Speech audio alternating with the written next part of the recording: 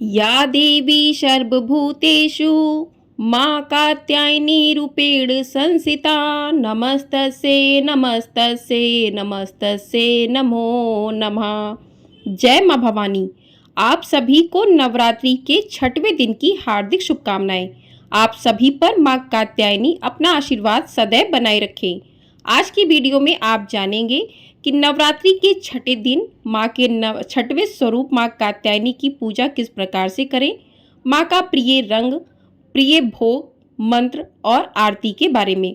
तो आप सभी लोग वीडियो में बने रहिएगा और वीडियो को ढेर सारा प्यार अपना अवश्य दीजिएगा। आपको हमारे चैनल पर प्रतिदिन दुर्गा सप्तशती पाठ, साथ ही माता के अलग अलग रूपों की कथाएं भी सुनाई जा रही हैं। यदि आप लोग उन कथाओं को सुनना चाहते हैं तो आप लोग उन कथाओं को सुन सकते हैं, और चैनल को सब्सक्राइब नहीं किया है तो चैनल को सब्सक्राइब कर लीजिए ताकि आपको समय से सारी कथाएं हमारे चैनल पर प्राप्त हो सके और आप उन कथाओं को सुन सकें। तो आइए सबसे पहले जानते हैं कि नवरात्रि के छठवें दिन माँ कात्यायनी का पूजन किस प्रकार से करना चाहिए। नवरात्रि के छठवें दिन माँ कात्यायनी की पूजा उपासना करने से भक्तों को माँ की विशेष कृपा प्राप्त होती है। शास्त्रों में माँ कात्यायनी का रूप करुणामयी है। बता दें कि देवी ने ऋषि कात्यायन के घर जन्म लिया था, इसी वजह से इन्हें कात्यायनी देवी के नाम से पुकारा जाने लगा। तो आइए जान लेते हैं कि इस दिन पूजन किस प्रकार से करना चाहिए, माँ को कौन सा भोग लगाएं, कौन सा पुष्प अर्पित करें और माँ की पूजा किस प्रकार से करें। तो नवरात्रि के छठवें दिन जल्दी उठकर स्नान आदि कर लें। उसके बाद लाल रंग के वस्त्र धारण करें। आप भूरे रंग के भी वस्त्र धारण कर सकते हैं, तो माँ के प्रिय रंग है लाल और भूरा, तो आप इनको पहनकर माँ की उपासना करें। तो आपने जो भी नवरात्रि की चौकी स्थापित की है वहीं पर आपको पूजन करना है, आपको माँ को वहाँ से उठाना नहीं है। कुछ लोग क्या करते हैं कि माँ को उठा के स्नान करवाते हैं। आपको बता दें कि नवरात्रि की स्थापना में आपने एक बार माँ को वहाँ पर बैठा दिया है तो आपको वहाँ से हिलाना नहीं है उनको। आप भाव स्वरूप सामने छोटी सी प्लेट रख लें या कटोरी रख लें, माँ को इस प्रकार से फूल से आप थोड़ा सा जल लें और माँ के ऊपर छिड़क के ऐसे कटोरी में रख सकते हैं। इस प्रकार से कटोरी में माँ को आपको भाव स्वरूप स्नान करवाना है। स्नान करवाने के बाद कुमकुम रोली लगाएं, माँ को अक्षत लगाएं। तो इस प्रकार से माँ को तिलक करें, गणपति जी का पूजन करें। तिलक करने के साथ माँ को लाल रंग के पुष्प अर्पित करें, गुलाब के हों या गुड़हल के हों। माँ को लाल रंग के पुष्प अति प्रिय हैं, माँ को लाल रंग के पुष्प अर्पित कीजिए। आप माला अर्पित कर सकते हैं। उसके साथ ही आप माँ को भोग अर्पित करें।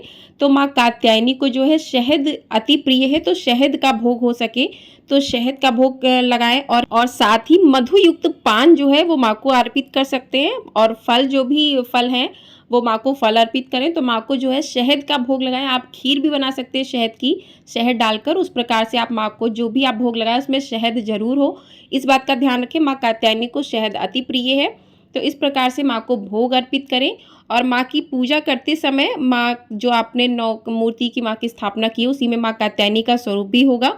अगर नहीं उसमें बनाया, आपने माँ दुर्गा की मूर्ति को स्थापित किया है, तो आप माँ कात्यायनी के स्वरूप को ध्यान करते हुए माँ का पूजन करना चाहिए।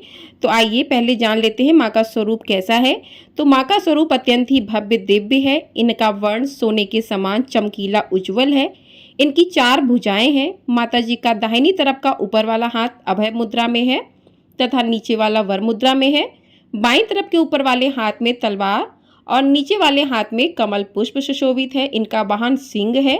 दुर्गा पूजा के छठवें दिन इनके स्वरूप की उपासना की जाती है। इस दिन भक्तों का मन आज्ञा चक्र में स्थित होता है। योग साधनाएं इस आज्ञा चक्र का अत्यंत महत्वपूर्ण स्थान है। इस चक्र में स्थित मन वाला साधक माँ कात्यायनी के चरणों में अपना सर्वस्व निवेदित कर देता है।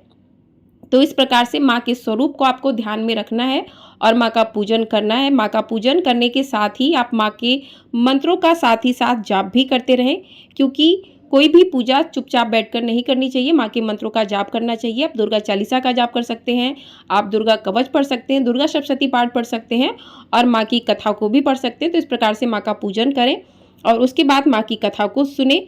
तो आइए माँ की कथा सुनते हैं। तो पौराणिक कथा के अनुसार जब दानव महिषासुर का अत्याचार पृथ्वी पर बहुत बढ़ गया था, तब भगवान ब्रह्मा विष्णु महेश तीनों ने अपने अपने तेज का अंश देकर महिषासुर के विनाश के लिए एक देवी को उत्पन्न किया। महर्षि कात्यायन ने सर्वप्रथम माँ कात्यायनी की पूजा की, इसी कारण से इन्हें कात्यायनी कहलाई। माँ कात्यायनी अपने भक्त को निश्चित फल प्रदान करती हैं।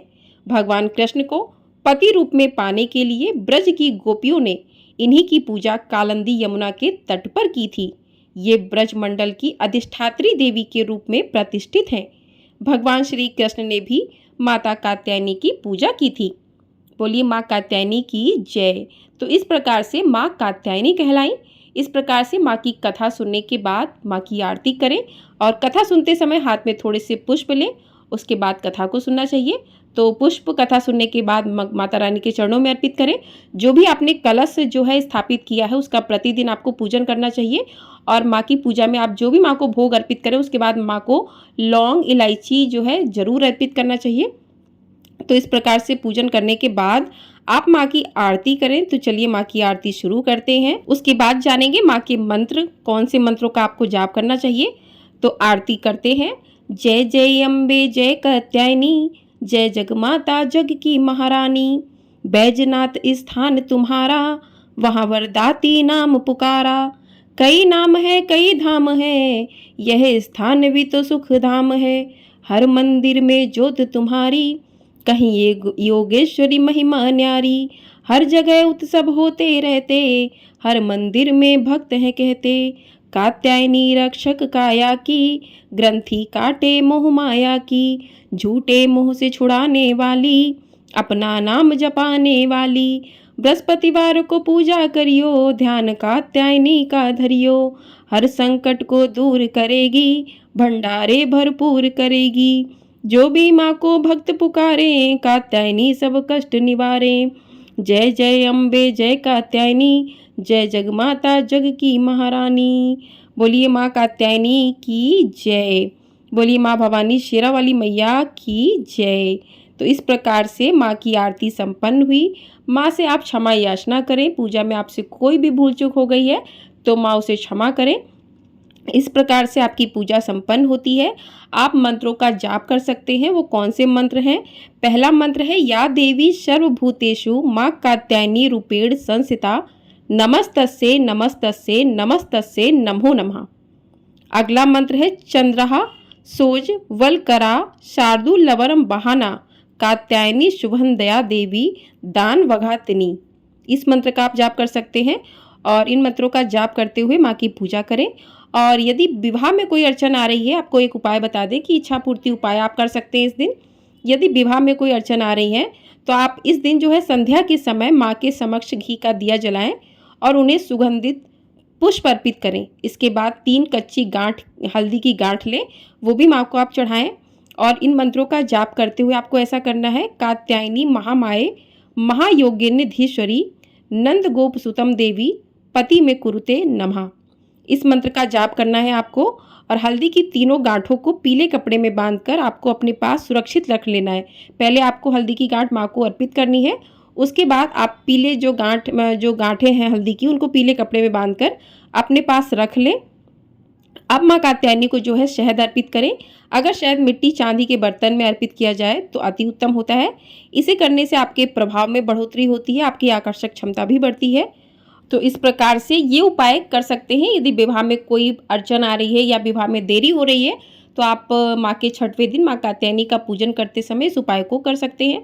तो माँ दुर्गा के जो छठवां रूप कात्यायनी का है, जब पृथ्वी पर असुरों का उत्पात बहुत ज़्यादा बढ़ गया था तब ऋषि मुनियों समस्त प्राणियों को दुष्ट असुरों के अत्याचार से मुक्ति दिलाने के लिए माँ आदिशक्ति कात्यायनी रूप में प्रकट हुई थी।